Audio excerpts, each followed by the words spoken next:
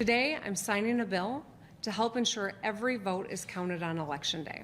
Governor Gretchen Whitmer is giving some clerk's offices a head start for the November election. Well, it is a big change as Michigan is an important swing state in the presidential election. But as TV5's Blake Keller tells us, it may not be enough to know who wins on election night. Good morning, Blake.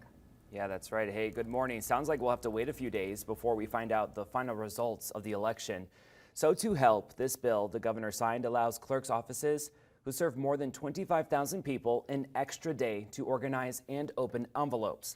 But those votes can't be tabulated until the election day itself. Now, Michigan Secretary of State Jocelyn Benson says we shouldn't expect a complete count until the Friday of election week. Now, it may be sooner, but we want to manage those expectations. Now, Benson says clerks would need 7 days of pre-processing to make an impact on the speed with which they could count those ballots, pointing out other states give more time. And across the state, 2.7 million voters have requested absentee ballots, and 400,000 have already turned them in. I anticipate more citizens, more voters will cast ballots than ever before in our state's history. And that's truly remarkable in the midst of this global pandemic.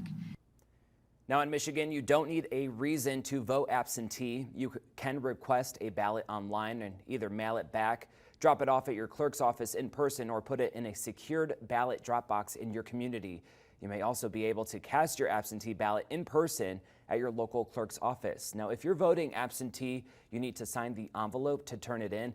And this bill the governor signed also gives voters an extra chance if they forget to do that, or if that signature doesn't match the state's records. Now, the clerk will be required to notify the voter and give them a meaningful opportunity to correct and identify themselves so that ballot can be rightfully counted.